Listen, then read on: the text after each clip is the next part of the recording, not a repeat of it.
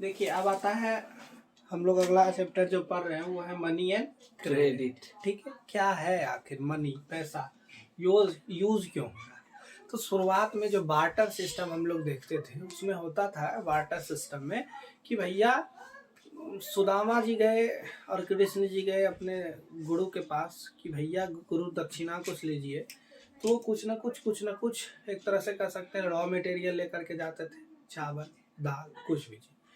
लेकिन अब धीरे धीरे जैसे हम लोग आगे बढ़े तो उसका मोल धीरे धीरे खत्म होने लगा। उसका सबसे बड़ा कारण ये था कि हमको ट्रेडिंग में प्रॉब्लम होती थी। अब इसका एक एग्जांपल है, कोई एक आदमी है जो गेहूं बेचना चाहता है, कोई एक आदमी है जो गोभी बेचना चाहता है, और कोई एक आदमी है जो चावल बेचना चाहता है। और गेहूं वाले को चाहिए चावल और चावल वाले को चाहिए गोभी, ठीक, और गोभी वाले को चाहिए गेहूं। लेकिन अब गेहूं जो है वो बेचेगा किसको? चावल को, क्योंकि उसको चावल चाहिए, देगा उसी को।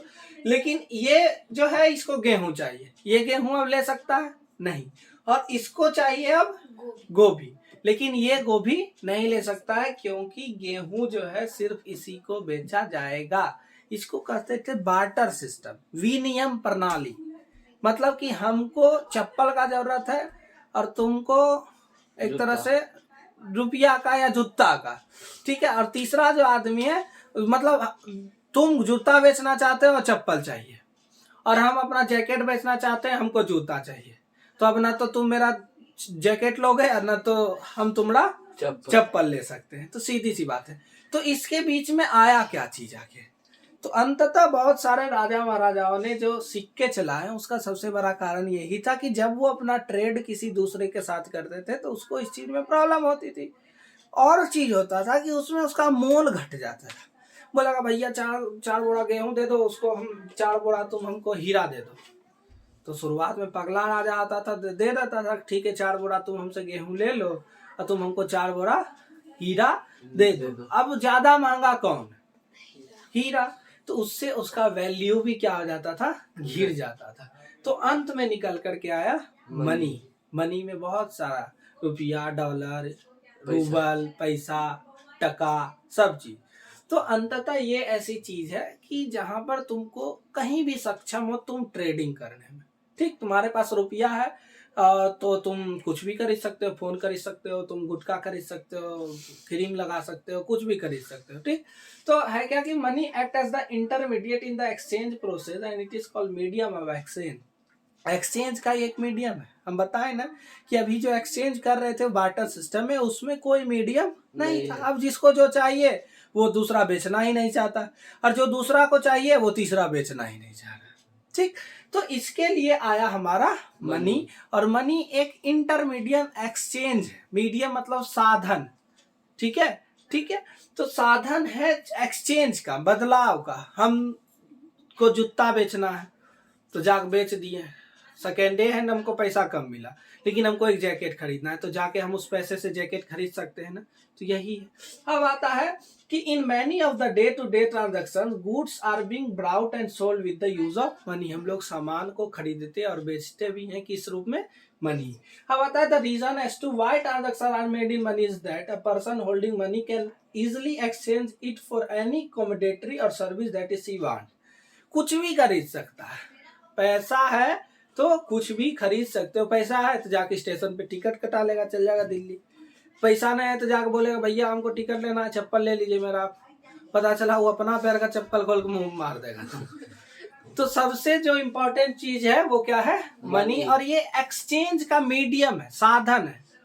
पैसा ही सब कुछ करा सकता है, ठीक। अब आता है कि डबल को इंसिडेंस ऑफ वांट। मतलब यही जो हम बताए कि अब इसको ये चाहिए, ये चाहिए, ये चाहिए, लेकिन ये उसको मिलेगा नहीं। तो यही है कि दोनों का मिला होना चाहिए। क्या भैया तुमको गाय बेचना है, हमको गेहूं बेचना है, हमको चाहिए गाय, तुमको चाहिए गेहूं, हमको चाहिए गाय। तो वैसा आदमी तुमको मिलेगा तब तो तुम बेचोगे। उसके लिए समय भी बर्बाद होता था। अब जो दाम गाय का है, जो दाम गेहूं का है, दोनों में आसमान जमीन का फर्क है। तो इसमें भी प्रॉब्लम होता है। तो when it is exchange both parties agree to sell and buy each other commodities for called double coincidence of want. मतलब इसमें होता था क्या कि दोनों एग्री होगा तब तो, और दोनों एग्री नहीं होगा तो फिर ढनकते रहो जिधर से इधर से उधर। तो इसके वजह से हम लोग किस चीज का, इसको हम लोग बार्टर सिस्टम कहते थे, ठीक है। इसके वजह से हम लोग का जो डेवलपमेंट हुआ वो किस चीज का हुआ, मनी का हुआ, ठीक। अब आता है कि demand deposit in bank. Deposit मतलब जानते हो ना, जमा करना। पैसा जो तुम जमा कर रहे हो, बैंक उसका उपयोग करती है दूसरे को कर्ज देने में, ऋण देने में, लोन देने में। अब भैया तुम फिक्स डिपॉजिट की है, एफडी की है, ठीक, तो तुमको भी तो इंटरेस्ट चाहिए। तुमको देगा बैंक 4%, 5% इंटरेस्ट, लेकिन जिसको तुम्हारा पैसा लोन देगी उससे लेगा वो 12%, 14% इंटरेस्ट। तो उसका जो 5, 6 या 7% का कमाई हुआ वो तो बच गया उसका। तो बैंक कोई भी अगर अस्तित्व में है तो वो लोन आज लेना बंद कर दे आदमी बैंक से, देखो बैंक का भट्टा बैठ जाएगा, ठीक। अब आता है deposit the bank account that can be withdraw on demand, निकाल भी सकते हो अगर तुमको जरूरी है। फिर आता है कि people need only some currency for their day to day needs. कमाया 50,000, तुमको 20,000 का खर्चा है, तो 30,000 क्या करोगे, सेव कर देगा। और नहीं तो घर में रखेगा तो राय छितिर हो जाएगा।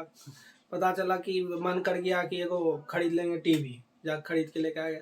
तुम्हारे घर में पहले से एक टीवी है, लेकिन दूसरा मन किया कि नया अबरी बार स्मार्ट टीवी लेंगे, जा खरीद, तो वो पैसा का बर्बादी है। तो उससे बढ़िया क्या करो, जाके डिपॉजिट कर दो बैंक में, उससे तुमको इंटरेस्ट भी कुछ आएगा पर एनम। अब आता है कि for instance workers who receive there salaries at the end of each month, जो मंथ के लास्ट में सबको पैसा मिलता है, हैव सम एक्स्ट्रा कैश, उसके पास कुछ एक्स्ट्रा कैश बचते हैं, तो they deposit with the banks by opening a bank account खुलाते हैं और उसमें क्या कर देते हैं, डिपॉजिट कर देते हैं इन देयर नेम, अपने नाम पे। और bank accept the deposit and also pay an interest rate for the deposit. Interest rate भी देगा, लेकिन जब तक आप डिपॉजिट नहीं कीजिएगा तब तक नहीं। करंट अकाउंट में नहीं देगा कि 10,000 रुपया डाला, फट से 9,999 रुपया निकाल लिया, तुमको क्या इंटरेस्ट देगा, पागल है वो। उससे बढ़िया एफडी करोगे तब तुमको पैसा मिलेगा इंटरेस्ट के रूप में। अब आता है चेक। पैसा का भी कहीं कहीं अब जा रहा है कोई आदमी 20,000 रुपया लेके, कि या कोई आदमी निकाल करके आ रहा है, तो 20,000 सुरक्षित नहीं रहा। हो सकता है कि तुमको गोली मार के 20,000 रुपया दे देगा, तो उसके बदला में आया क्या चीज, चेक, कि भैया खाली चेक भर के लेके जाओ और जाके वहां से पैसा निकाल लो। या सीटीएस चेक भी होता है कि भर के लेके जाओ, बैंक में डालो, तुम्हारा पैसा पे हो जाएगा। जैसे तुम जो लोन लेते हो गाड़ी उड़ी का, वो कौन सा चेक यूज करता है, वही सीटीएस चेक यूज करता है। तुमसे ब्लैंक चेक ले लेगा और बस वो अपना चेक के पे जैसे 2738 रुपया तुम्हारा इंस्टॉलमेंट कट रहा है मंथली, बस भरेगा जाकर के वो बैंक को देगा, तुम्हारे बैंक से वो कट जाएगा, ठीक। तो वो चीज है। अब जो ये हुआ, बैंक में पैसा भी चल गया, तुमको कोई दिक्कत भी नहीं हुआ, ठीक है। तो अब आता कि paper interesting the bank to pay specific amount for person account to the person in whose name cheque is drawn. तो चेक में उस आदमी का नाम लिखा हुआ रहता है जिसका बैंक अकाउंट रहता है, और जिसको पे करना है वो लिखता है और पीछे सिग्नेचर भी करता है, और उसके बाद ही चेक से कोई पेमेंट आपका होगा। चेक इज द मॉडरेट, हम कह सकते हैं कि एक तरह से साधन है पैसा पे करने का, ठीक। रिजर्व बैंक ऑफ इंडिया, ठीक। तो it is the central bank of India, ये जो है सेंट्रल बैंक है, केंद्र का बैंक है। आरबीआई, आरबीआई में तुम पैसा जमा नहीं कर सकते हो, ये एसबीआई नहीं, RBI, reserve bank of India, आरक्षित। तो आता है कि is the central bank of India which control the monetary policy of country. कोई भी कंट्री में मेंटर होता है ना, हेड, उसको एक तरह से चलाता है। जैसे कोई भी बैंक अगर पैसा ले रही है तो कितना इंटरेस्ट तक वो ले सपोज लोन दे रही है तो हाईली रेट फिक्स करता है कि तुम इतना रेट ही उससे ले सकते हो। अब कोई हम अपना बैंक खोल लिए, ठीक, और कह देंगे कि भैया तुम जो पैसा जमा किए, हम जो पैसा दिए हैं तुमको 50% इंटरेस्ट लेंगे, तो मर ही जाएगा। तो वही है कि आरबीआई इस चीज को फिक्स करता है कि हम तुम पैसा दोगे तो हाईली कितना तक रेट आपका होगा। आरबीआई पैसा भी छपाने का कार्य करती है, ठीक। तो अब आता है कि reserve bank of India supervise the activity of formal sector and keep the track of their activities. उसको ध्यान भी रखती है कि वो क्या क्या कर रहे हैं। ऐसा नहीं है कि कोई बैंक का फ्रॉड हुआ तो बस लेके चल गया तो आरबीआई उसका जिम्मेवार नहीं होता है। आरबीआई एडवर्टीजमेंट भी निकालता है, अगर फिर देखोगे तो, कि सुरक्षित रहें, फलना करे चिलना करे, फ्रॉड में नहीं फंसे। कि फोन आया कि आपको लॉटरी लगी है, टाटा हमसे बोल रहे हैं, सो आप अपना बैंक अकाउंट नंबर दीजिए, हम आपको पैसा भेज देंगे। पता चला अकाउंट नंबर दिया, भेजेगा क्या और उड़ गया पैसा तुम्हारा, ठीक। तो ये सब चीज से, फ्रॉड से बचने के लिए, तो ये सब चीज ये काम किसका है? रिजर्व बैंक ऑफ इंडिया का। अब आता है कि एक्टिविटीज, बस there is no one supervise the functioning of informal sector. लेकिन जो इनफॉर्मल सेक्टर है उसका वो जिम्मेवार नहीं होता है। जैसे हम पूंजीपति हैं, हमारे पास 50 लाख रुपया, ठीक, और कोई आदमी हमसे कर्ज लेने आया तो हम उसको 10 लाख दिए 20% के इंटरेस्ट पे, उसका जिम्मेवार आरबीआई नहीं होगी, क्योंकि वो एक इनफॉर्मल सेक्टर है, वो उसके हाथ में नहीं है। जो उसके हाथ में है वो उसी का जिम्मेवार होगा और देख रेख भी करेगा। लेकिन अब आता है इसमें क्वेश्चन उठता है कि भैया आज के समय में भारत में फॉर्मल और इनफॉर्मल सेक्टर में, फॉर्मल सेक्टर से लोग कम लेते हैं लोन, क्यों? कभी सोचे हो? पहले तो बैंक जाओ तो 20,000 दौड़ाएगा तुमको कि फलना लाइए, चिन्ना लाइए, ढकना लाइए, लोलना लाइए। बोलेगा भैया इतना पैसा खर्चा, पता चला 20 लाख का लोन ले लें, 1 लाख रुपया तुम आने जाने में खर्च करवा दोगे। दूसरी बात है, देखो है तो बैंक वाला सेफ कि पैसा तुम्हारा बैंक अकाउंट में आया और तुम बैंक अकाउंट से एटीएम है तो कहीं भी यूज कर सकते हो, लेकिन इसमें झंझट ज्यादा है, इसलिए लोग यहाँ पर नहीं जाते। तुमको देखेगा कि क्या क्या है तुम्हारे पास, आधार कार्ड लेगा, छिलना कार्ड लेगा। लेकिन इनफॉर्मल में वैसा कुछ नहीं होता है। गया बोला कि भैया ले लो, ये हमारा हीरा का अंगूठी है, तुम ले लो, बंधक में रख लो, हमको 20 लाख रुपया दे दो। बोलेगा ठीक है भाई दे दो। तू दे दिया पैसा। अब वो इतना गुंडा आदमी कि 20 लाख रुपया दिया, अब तुरंत फोन किया कि हाँ एक लंबा जैसा लड़का है 20 लाख रुपया लेके जा रहा है, रास्ता में गोली मरवा दिया, वो 20 लाख रुपया रख लिया, 2 लाख रुपया दे दिया गोली मारने वाला को, खुश रहो। तो फिर से वो 18 लाख रुपया उसका बच गया ना। तो सेफ कौन हुआ, फॉर्मल या इनफॉर्मल? फॉर्मल। हाँ झंझट है, इंटरेस्ट रेट भी वो आपसे कम ही लेगा इनफॉर्मल के मुताबिक, ठीक। बेइज्जत भी नहीं करेगा। जैसे पैसा जमा नहीं किया तो इनफॉर्मल सेक्टर वाला जो जिससे पैसा लिए वो घर पे चढ़ के गाड़ी हो देगा 10। लेकिन फॉर्मल वाला ऐसा नहीं करेगा, ठीक। अब आता है कि periodically bank have to submit information to the RBI on how much they are lending and whom at what interest rate. तो ये जितना बैंक है वो आरबीआई को भेजती है डेटा कि कितना हम उसको पैसा दिए हैं और किस रेट पे दिए हैं। अगर ज्यादा रेट लगाया तो आरबीआई उसको फाइन करती है। उससे बढ़िया है कि ज्यादा रेट वो लगाएगा ही नहीं, ठीक। अब आता है कि क्रेडिट ही लोन होता है। क्रेडिट कार्ड इशू होता है ना, वही लोन है कि तुमको मिनिमम अकाउंट, पहले उसमें क्रेडिट कार्ड जब इशू करवाओगे किसी से तो एक वो रहता है, एक पॉलिसी रहता है कि तुम्हारे बैंक में 50,000 रुपया कम से कम रहना चाहिए। अब भैया उसका क्या हुआ कि मन बहक गया कि हम अब पैसा जमा नहीं करेंगे बैंक को, तो वो जो 50,000 तुम्हारा डिपॉजिट रहेगा उससे वो पैसा क्या कर लेगा, काट लेगा। जैसे तुम कभी फ्लिपकार्ट खोलना तो उसमें आएगा कि पे विथ क्रेडिट कार्ड या इंस्टॉलमेंट पे लोगे तो क्रेडिट कार्ड खोजेगा एसबीआई का। वही चीज है क्रेडिट कार्ड कि अगर कभी पैसा बैंक में तुम्हारा नहीं है तो वो जो डिपॉजिट है उससे वो पैसा काट लेगा, ठीक है। ये एक तरह से लोन में ही काम करती है। हम आता है कि क्या है, कोलेटरल बंधक। जैसे हम कह सकते हैं कि कोई भी चीज, कोई एक संपत्ति है जो कि दी जाती है कि आप हमको लोन दीजिए और हम आपको ये देते हैं। अगर हम लोन चुकाने में सक्षम नहीं हुए तो आप उसका उपयोग कर सकते हैं।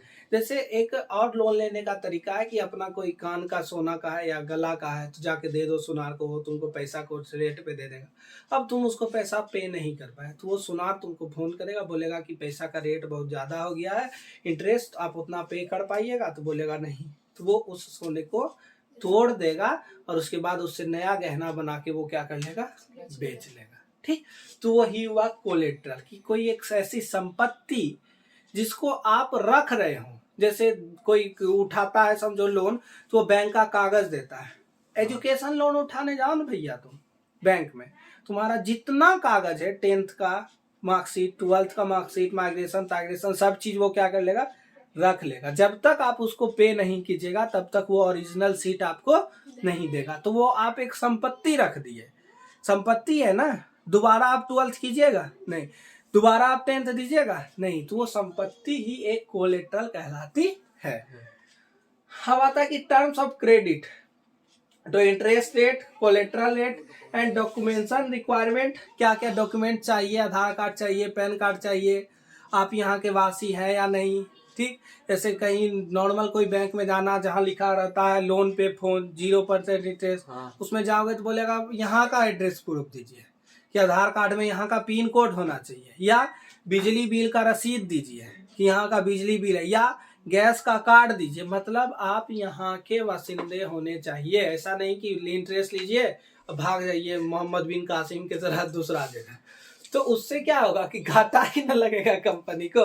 तो वो खोजता है डॉक्यूमेंट की कुछ यहाँ का document. And the mode of payment, कैसे पेमेंट कीजिएगा, कैश दीजिएगा या आप यूपीआई कीजिएगा, या हमको चेक दे दीजिए ब्लैंक, हम चेक में मंथली खुद ब खुद लेके बैंक भर के और काट लेंगे। अब आता है कि together comprise what is called the term of credit. इसी को हम लोग क्या कहते हैं, क्रेडिट का कुछ टर्म, लोन का कुछ टर्म। कि सबसे पहली बात है कि आप इंटरेस्ट रेट कितना लीजिएगा, जाओगे तो पूछोगे ना भैया फोन लेंगे तो कितना इंटरेस्ट लगेगा, तो बोलेगा लोन पे फोन 0%। ऐसा कुछ नहीं होता 0%। जो तुम फोन लोगे फ्लिपकार्ट से 20,000 का फोन तुमको 18,000 में देगा, लेकिन जो लोन पे फोन लोगे वो 20,000 का फोन 20,000 में ही देगा। तो भैया एनी हाउ वो भी 0% इंटरेस्ट भी लिया तो कमाई तो उसको ऐसे हो गया, कमाई 2,000 तो ऐसे हो गया। ठीक है, तो और क्या आता है कि the terms of credit vary substantially from on one credit arrangement to another. एक क्रेडिट अरेंजमेंट से दूसरे तक जाने में वेरी करती है। जैसे हो सकता है कि गोल्ड लोन लोगे तो तुमको इंटरेस्ट कम लगे, ज्यादा लगेगा, और एजुकेशन लोन लोगे तो इंटरेस्ट कम लगेगा। तो ये वेरी करता है कि क्या तुम किस तरह का लोन ले रहे हो। ठीक है, और दे में very depending on the nature of the lender and the borrower.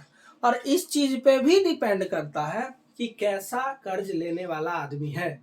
ज्यादा अमीर है, अंबानी जी हमसे कर्ज लेने आ जाए, बोले अरे साला हम तो 60% इंटरेस्ट लेंगे। अब कोई गरीब आदमी आ जाए तो बोलेगा चलो 6% में तुमको हम लोन दे देते हैं। तो यही चीज है। हाँ, बात है कि फॉर्मल सेक्टर कितना भैया, इनफॉर्मल फॉर्मल सेक्टर वही चीज है, बता रहे हैं। फॉर्मल सेक्टर में बैंक्स आते हैं। ठीक, तो आता है कि includes bank and cooperative. RBI supervise the functioning of formal sector and formal source of loans. तो वो जो बैंक्स रहती है आरबीआई उसका देख रेख करती है कि ज्यादा आप रेट भी फिक्स नहीं कीजिएगा, ज्यादा आप कुछ भी पैसा उससे ले नहीं सकते, या कोई धोखाधड़ी होना नहीं चाहिए। ठीक, और आता है कि to see that the bank maintains a minimum cash balance and monitor that these banks gives loan not just to profit making business and tenders but also to small cultivation। वाह, कितना अच्छा चीज है। लिखा गया कि आरबीआई ये देख रेख करती है कि बैंक के पास एक मिनिमम पैसा फिक्स किया जाता है कि आपके पास कोष में उतना पैसा होना चाहिए, उससे कम हुआ भैया विलय हो जाएगा। हाल में कुछ दिन पहले देखे होंगे कि इलाहाबाद बैंक में देना बैंक मिल गया, फलना बैंक में चिलना बैंक मिल गया, देखे हो? कुछ ऐसा बैंक है जो बंद हो गया, बंद नहीं हुआ, असल में मर्ज हो गया। क्यों? क्योंकि उसका जो मिनिमम जो मेंटेनिंग करना था उसको कैश को, वो उसके पास नहीं रहा। तो भैया तुम्हारे पास कैश है नहीं, क्या इसका भरोसा है कि तुम कब दिवालिया घोषित हो जाओगे? सब अपने एम्प्लॉय को कहोगे कि भैया हमारे पास पैसा नहीं है, अब आप काम से जा सकते हैं। या जो आपके बैंक में डिपॉजिट किया होगा पैसा, उसका क्या होगा? जैसे सहारा स्कैम के बारे में समझिए। वो करता था कि हाँ आप हमको 20,000 रुपया दीजिए, 4 साल बाद 40,000, 6 साल बाद 80,000, फलना हजार चिल्ला। तो इससे क्या हुआ कि इतने मतलब पैसा उसके पास आ गया। जब वो ऑनलाइन एक बैंक आरबीआई से रजिस्ट्री शायद करवाने गया था, तो उसके लिए कुछ खोजा डॉक्यूमेंट, तो यहाँ साफ लिखा है, पढ़िए कि कोई भी लोन्स ये प्रॉफिट बिजनेस मेकिंग से बैंक नहीं दे सकती है। सेवा सर्विस सेक्टर, हम पढ़े नहीं इससे पहले कि टर्शियरी सेक्टर में ही बैंक आता है, तो एज अ सेवा के रूप में उसको पैसा प्रदान किया जाएगा। ठीक है, तो इसका देखभाल करेगा कौन भैया? आरबीआई। ठीक, तो वही चीज है कि इसमें प्रॉफिट मेकिंग बिजनेस के लिए कोई बैंक लोन नहीं देगी। और आता कि tenor but also to small cultivator, small scale industry, to small borrower, CTC, किसी को भी। ठीक है, एक तरह से जो नॉर्मल जो देखो इंटरेस्ट पे पैसा लगाने वाला होगा वो तुमको घर पे गाली भी देगा चढ़ के, पैसा भी ज्यादा, इंटरेस्ट भी ज्यादा लगाएगा, वही चीज है। होता है periodically banks have to submit information to RBI of their activities. और यहाँ तक कि वो जो बैंक है वो आरबीआई को अपना डॉक्यूमेंट या अपना इंफॉर्मेशन भी सबमिट करती है कि हम एक महीने में कितने आदमी को लोन दिए और कितने आदमी से कितना इंटरेस्ट हम लिए। ठीक है, अब आता है इनफॉर्मल सेक्टर। हाँ, informal sector includes money lenders, traders, employers, relatives and friends. हमारे घर में गजब का इंटरेस्ट चलता है। छत पे दीदी है ना, 100 रुपया देती है पापा को, बोले कल 200 लेंगे। अब देखो कैसा इंटरेस्ट रेट है कि पर डे 100% बढ़ता है। दूसरा दिन 300 लेंगे, तीसरा दिन 400 लेंगे। तो देखो कि कितना इंटरेस्ट रेट करा। ऐसे में कोई आदमी अगर ले लोन तो जिंदा रहेगा कि मरेगा? मरेगा। तो वही चीज है कि जो तुम्हारे फ्रेंड है, रिलेटिव्स है, कोई एम्प्लॉयर्स है जिसके पास कुछ पैसा हो, तो जब उससे लोगे तो ये सेफ नहीं रहता है। There is no one to supervise their credit activities. इसको देखने वाला कोई नहीं है। हो सकता है कि वो दीदी को पापा अगर 100 रुपया दे भी दिए होंगे तो बोले कि हमको कहाँ दिए, हम नहीं देखे। लेकिन बैंक में जो जमा होता है तो उसका स्टेटमेंट रहता है। बोले कि फिर कि 5 महीना बाद कि आपका सब जोड़ के लाइए अब पैसा, आप हमको पैसा दिए कहाँ थे।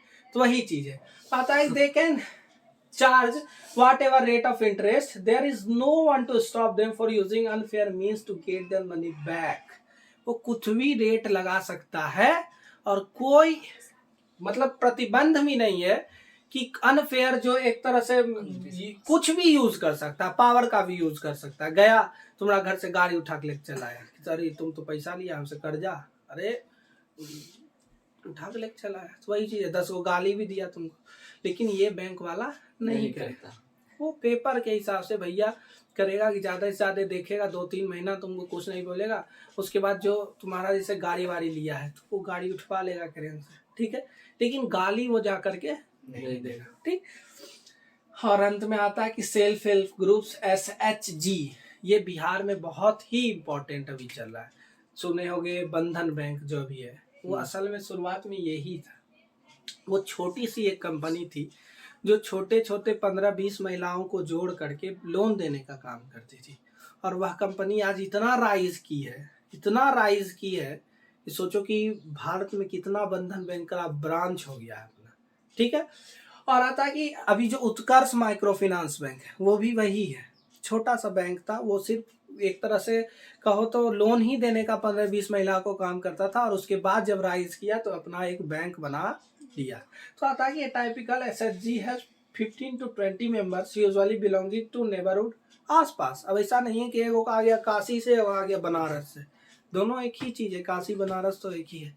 एगो ने आ गया काशी से, एगो आ गया दक्षिण अमेरिका से, ऐसा कुछ नहीं है। फिर आता है कि वो मीट एंड सेव रेगुलरली, जो डेली मिल भी रहा है और एक तरह से सेव भी कर रहा है, ठीक, बचा भी रहा है।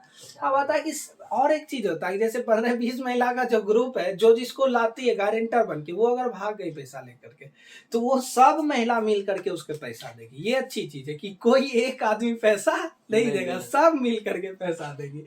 अब आता है कि saving per month varies from 20 to 100 rupees. वो 25 से 100 रुपये तक वेरी भी हो सकता है। और मोर डिपेंडिंग अपॉन द एबिलिटी, और जैसा एबिलिटी है वैसा हिसाब से सेविंग होता है। Of the people members take small loans from group itself to meet their needs, वो कुछ छोटे छोटे लोन्स लेती है किसी भी एसएचजी ग्रुप से और वो अपने जरूरतों को पूरा करती है। जैसे अब कह सकते हैं कि कोई गुमटी वाला है, कोई कह सकते हैं कि छोला भटूरा बेचने वाला है, वो बाहर से बेचारा आकर के यहाँ काम कर रहा है या कुछ भी, सपोज समथिंग कुछ भी छोटा, तो उसको बैंक कभी भी लोन नहीं देगी कि क्योंकि वो सक्षम नहीं है। बैंक विश्वास नहीं करती कि हो सकता है कि तुम आगे चल के पैसा पे करोगे या नहीं करोगे, तो उसके लिए कौन आगे आता है? SHG, self help group. ठीक है, तो अंत में ये भी चैप्टर आपका हो गया खत्म।